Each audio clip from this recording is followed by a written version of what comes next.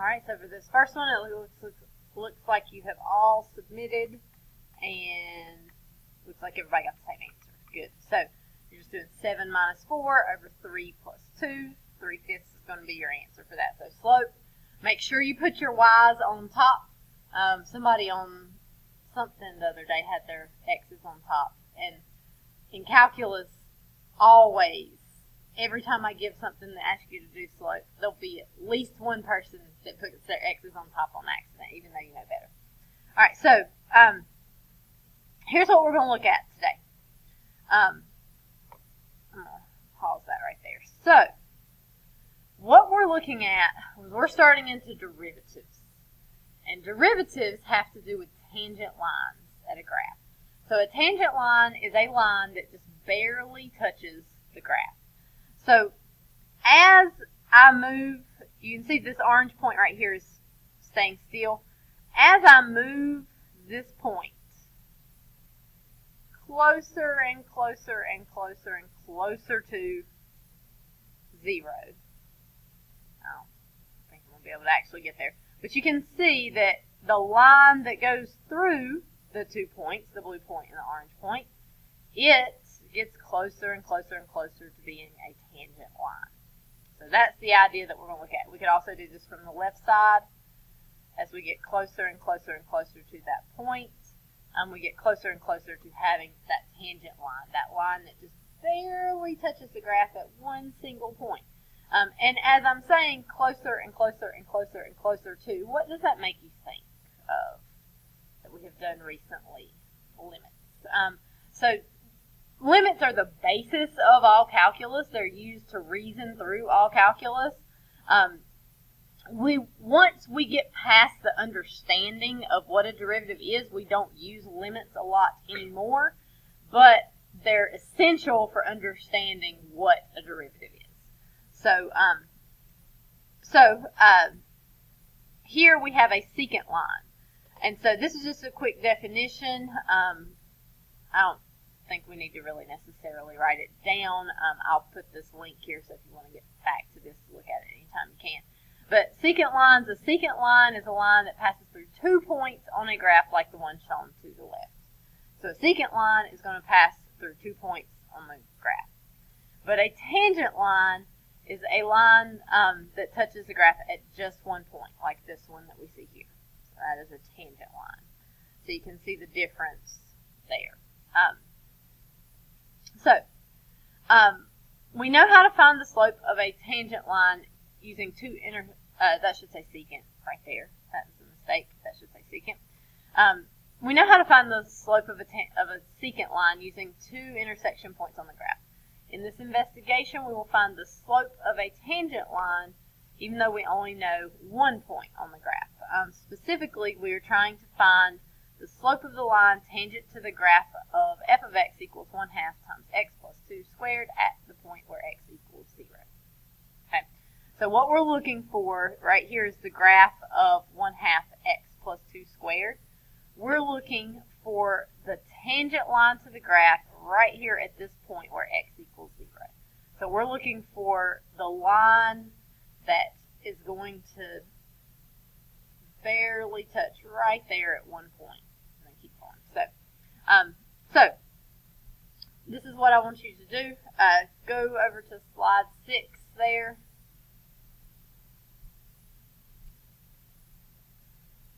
And quickly find,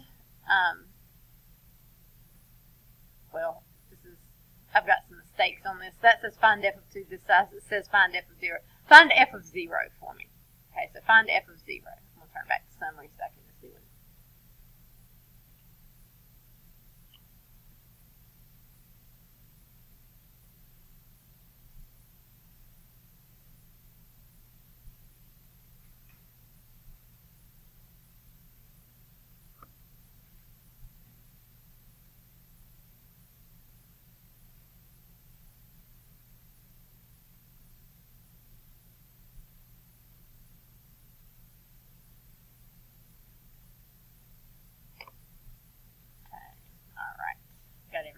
So let's look at what we got.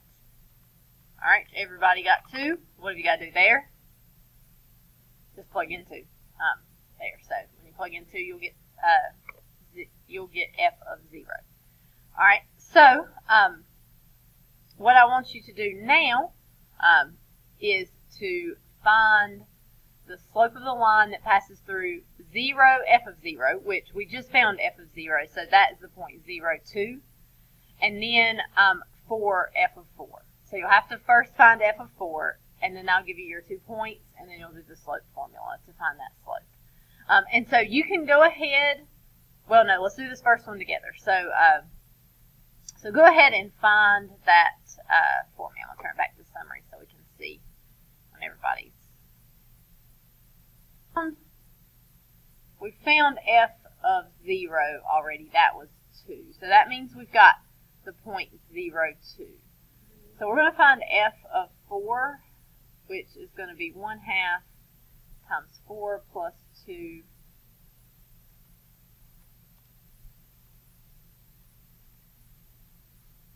squared, which is 1/2 of 6 squared, which is 1/2 of 36, which is 18. So that means the other point is 4, 18 there. And so we'll do 18 minus 2 over 4 minus 0. And that will give us 16 over 4, which is 4. So for this, we should have a slope of 4. We all have that now. So the next one is going to say graph the line. Let's see, I know it's on student view. Graph the line through 0, f of 0, and 4, f of 4 below. Okay. So I'm going to teach you guys a new way to write the equation of a line that I don't believe you have done before. So we are going to use what is called point slope form of a line. And you might want to write this down.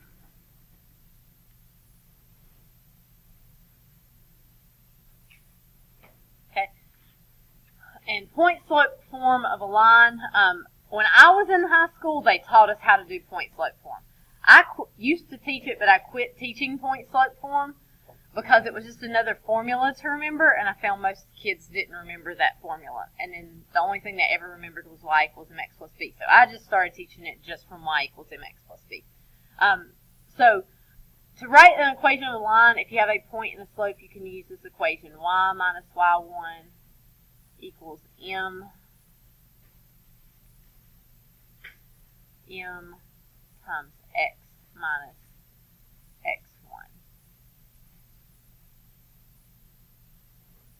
And the reason that I even care about teaching this to you now versus just letting you use y equals mx plus b is as long as you got this memorized, and you guys are all perfectly capable of memorizing it, you guys are not the kids I'm talking about that won't memorize the new formula. As long as you've got this memorized, this is so easy to not mess up. Y equals mx plus b, if you accidentally add a 7 when you should have subtracted a 7, your y-intercept is going to be all messed up.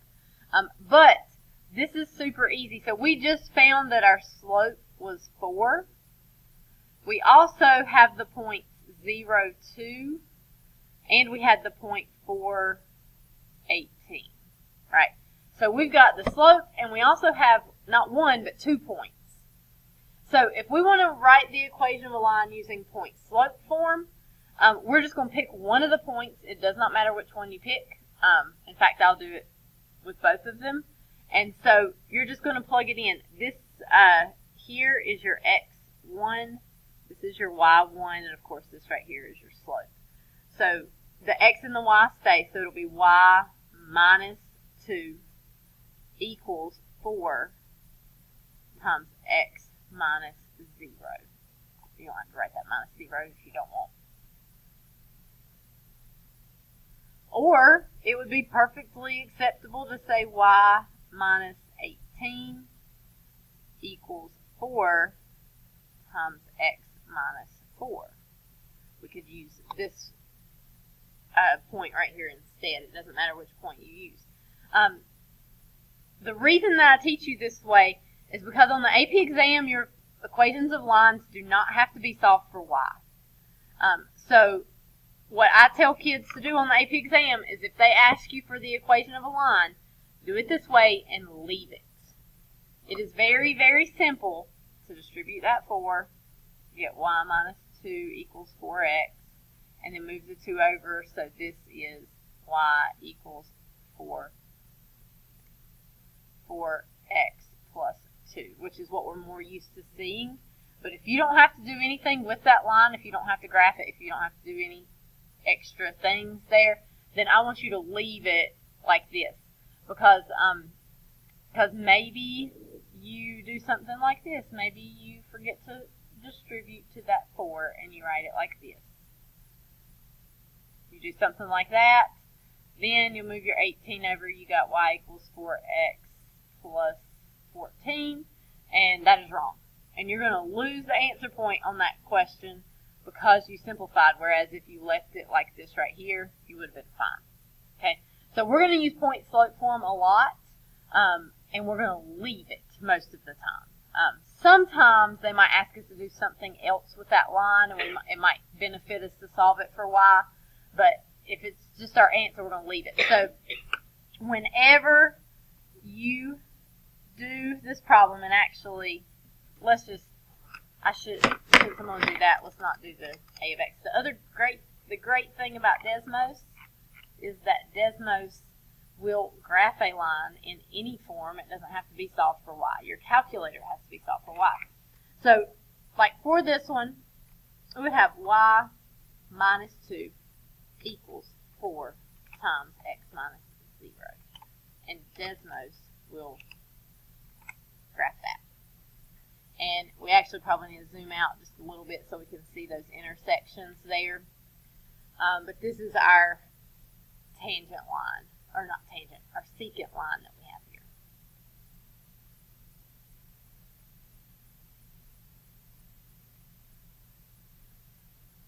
Okay, questions? All right, so I want you guys to go on to the next several slides. You've got to find this at 3, and then write the equation of the line, and 2, and then write the equation of the line, and 1, and write the equation of the line. So I want you to go through and do this for all of those. That 1.0 f of 0, that's going to stay the same. That's at 0, 2, but the others you're going to have to find the slope of that line. So go ahead and do that for me. I will go ahead and tell you at the end, it is going to ask you to graph all of the lines, which actually you can take out that A, B, C, D, E. It's going to ask you to graph all of the lines, so you might want to jot them down as you go so it'll be easier to type those in. Okay. So I'm going to give you a few minutes to work on that. Okay. So whenever we find that slope of the tangent line, at this point, we have a slope of 2. Now, calculus is a lot different than the pre-calculus math you've learned so far because we looked at slopes of lines that were just lines. So the slope of the same graph over here at 2, it's going to have a different slope. The slope over here at -5, it's going to have a different slope. So you're going to have different slopes at all of these different points. And we'll talk more about how that can be applied and everything as we go along. So, so this looks at just sort of like an informal approach to finding the slope of this line at this point, because we were just sort of getting closer and closer and closer, kind of like whenever we did those tables with the limits. I told you that the table does not guarantee that it's the answer, but it gives you a good estimate. And we had that one question on the progress check that everybody missed because the answer was that you could not tell because they're trying to get the limit from a table and you couldn't tell for sure for that. So that's so this is not official, but there's a good chance that the slope of this line right here is 2. So now what we're going to do is we're going to figure out how to find the slope of the line at or slope of a curve at a point officially.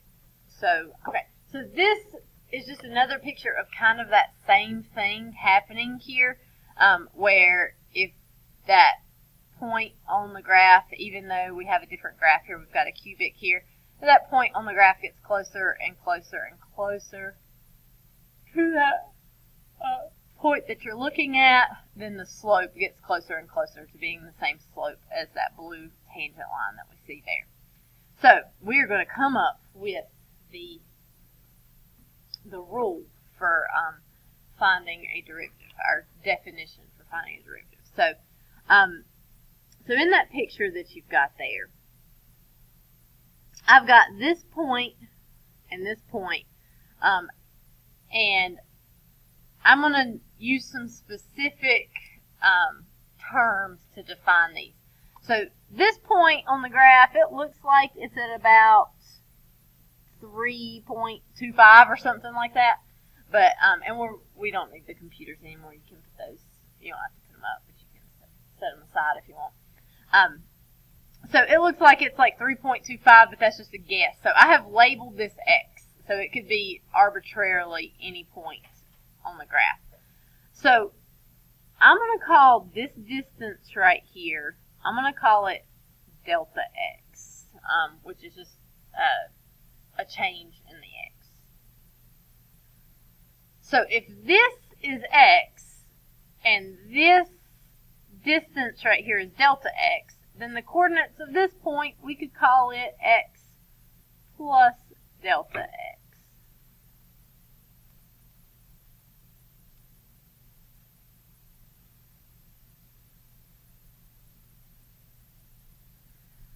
So if we are looking at the coordinates of these points, this coordinate, its x coordinate is x.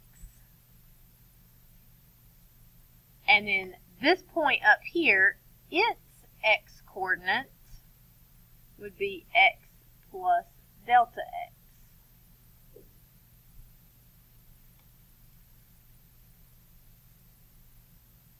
Now, we're going to call this, I guess we should label this function. We're going to label this function f of x.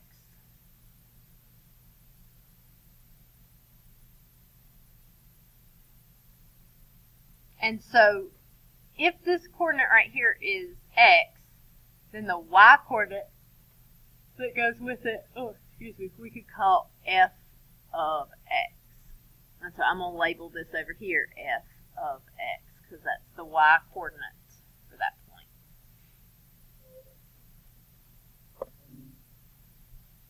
What would the y coordinate here be called? Any ideas? What do you think, Justice? What would we call the y coordinate? What would we call the y coordinate for this point right here? If our x coordinate is x plus delta x, what would we call our y coordinate? Yes, good. F of x plus delta x. Should make the box bigger for that. And so we could also label this over here, f of x plus delta x.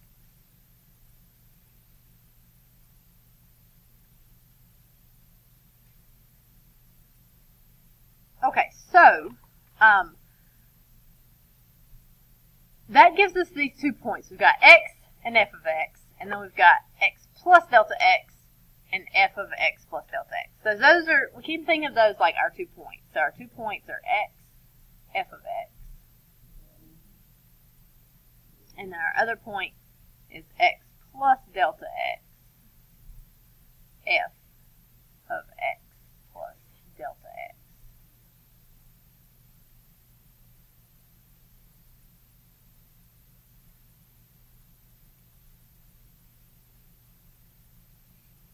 So if I want the slope between those 2 points, I could just do slope formula. And so slope formula would be f of x plus delta x minus the other y coordinate, which is f of x,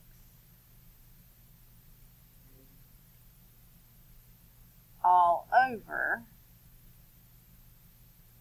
x plus delta x minus x.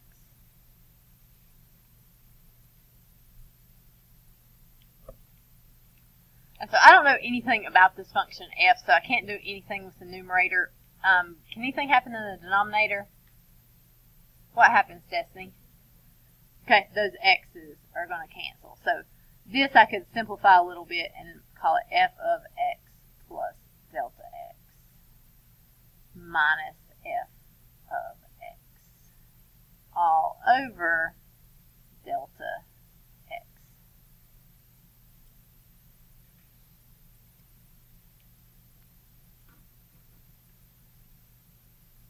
So now you would ask, why did we just do all of this crazy stuff with delta x and make this awful looking equation for the slope when we could just use some points to find the slope like we were doing before?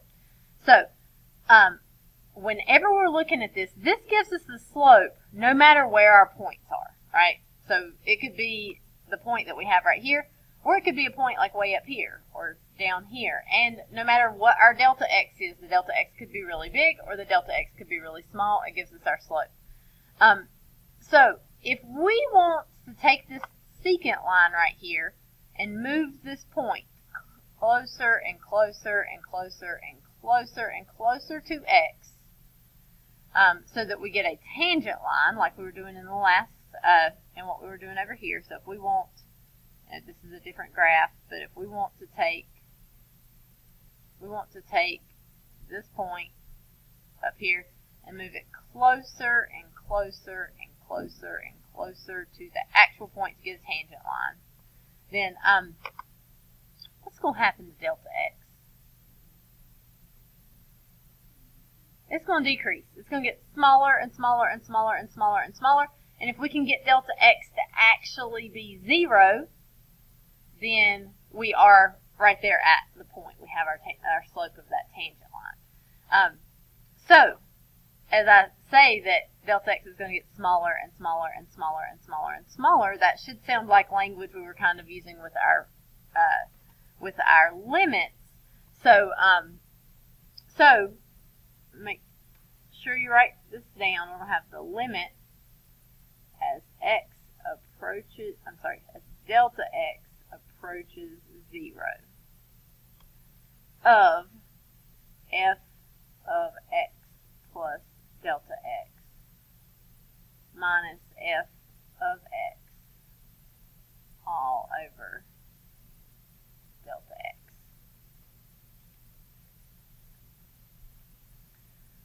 So if we can take that limit, then we will get the actual slope of the line at that point.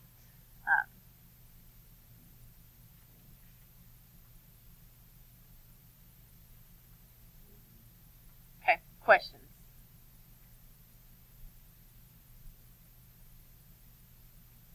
All right, so let's actually do this for a problem. All right, so the example we have is f of x equals x squared. And we'll be using, I'm going to rewrite it here, we're going to use that limit as x approaches, it should be delta x approaches 0 of f of x plus delta x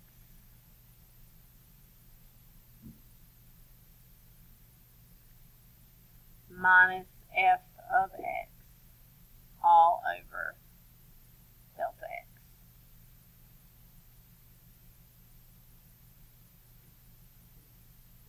Okay, so f of x is x squared. So when I have to find, I'm going to write this over side, when I have to find f of x plus delta x, that means I am plugging x plus delta x into the equation. So that would be x plus delta x squared. Right?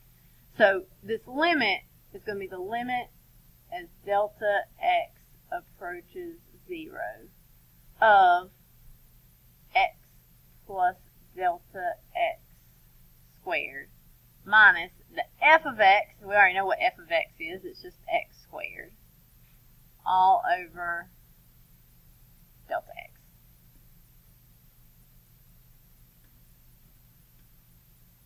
And we did a few of these whenever we were doing limits, but we didn't really know what we were doing. The book gave us a problem that had the delta x.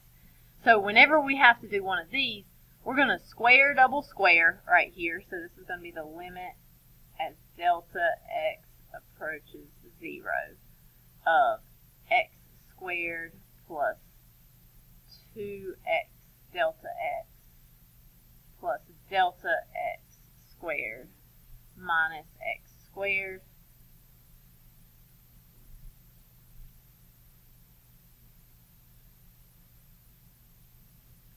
all over delta x.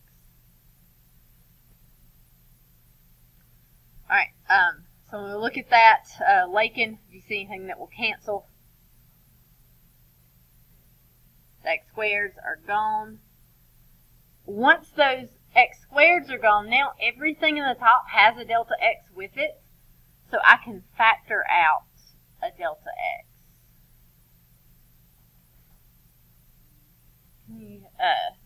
Justice, would you mind letting Allie back in?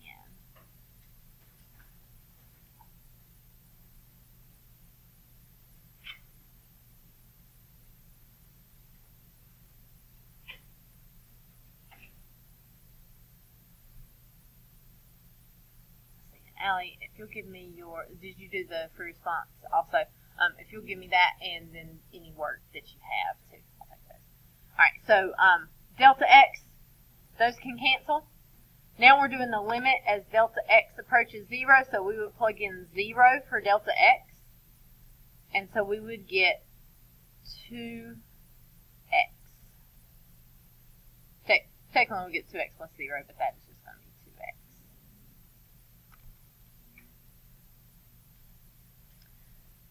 Thank you. Alright, so what we've got here is at any point, if I want to know, like if I plug in 2, then the slope of the graph there would be 2 times 2, which would be 4. If I plug in negative 3, then at negative 3, the slope of the graph would be 2 times negative 3, which would be negative 6. So this will give you the slope of x squared at any point. All you got to do is plug in whatever point it is that you want for that. So questions? All right, you two probably need to go. I think, is it about time?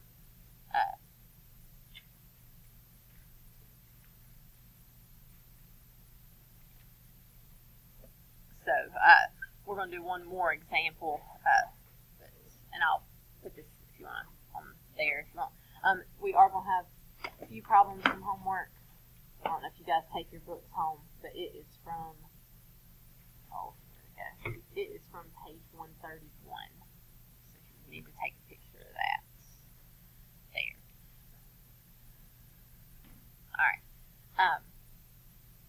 So let's do this next one. So we're going to do still the same definition. Limit as delta x approaches 0 of f of x plus. Actually, I'm going to do this. And Allie. I'm going to do this as here.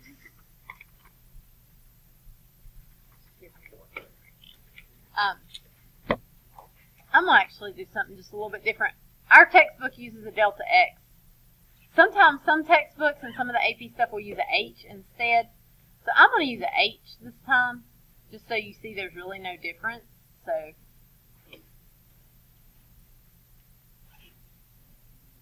So all I'm doing is instead of using a delta x, I'm using an h for that. Same rule, just an h instead of a delta x. So in this case, I would be doing the limit as h approaches 0 of f of x plus h. So I'd have 3 times x plus h squared minus 3x squared all over h. And so we'll have to square double square here. So we'd have 3, I'm going to hold off on distributing it. We'll have x squared plus 2x times h plus h squared minus 3x squared all over h.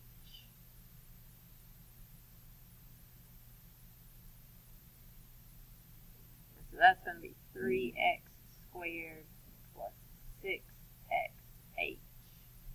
plus 3h squared minus 3x squared all over h.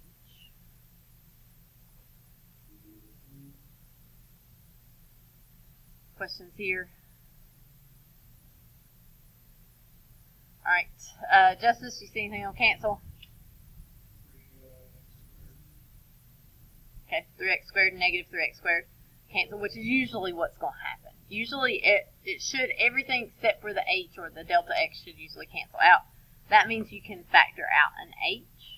So you have 6x plus 3h all over h. Keep my limit notation here. And so now our h's can cancel. So we'll have 6x plus 3 times 0 whenever we plug in 0 for that h, which means that we're just going to get 6x for our derivative.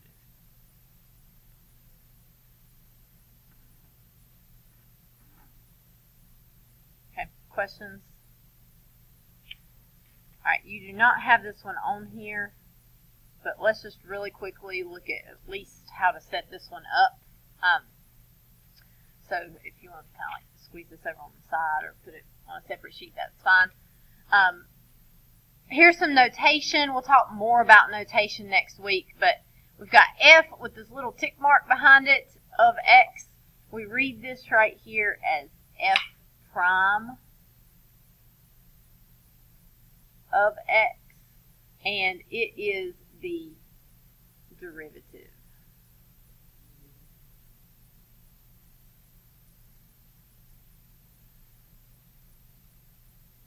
Come on.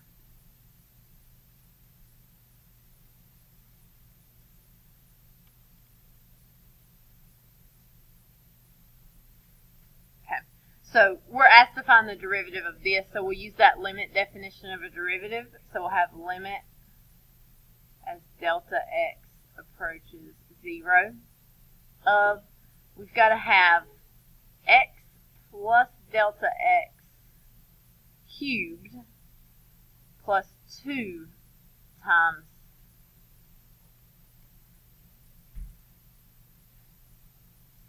x plus delta x. Oh.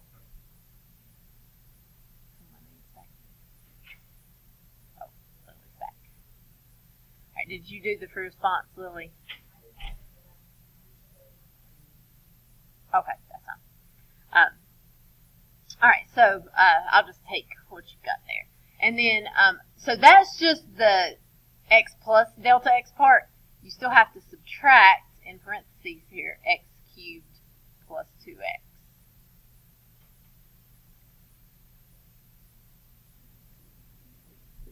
Thank you. We'll get that. Yes, please. Thank you. Alright, and so, and this is all over delta x. So I don't have time to do it here, but when you've got to put that to the third power, remember you can use that. You can use that Pascal's triangle, and so you're going to have 1, 3, 3, 1. You'll have x to the third, x squared, x, and then no x's at all. Over here you'll have delta x cubed, delta x squared, delta x, and then no delta x's at all. And then you'll have 2 times x plus delta x, and so on. And I don't have time to finish that, but you'll have a really long string of stuff there. Still, everything without the delta x's should cancel, and then you can factor out and cancel. So your homework is going to be from page 131, and we are going to do number 11, 13, 18, and 19. So just 4 of those there.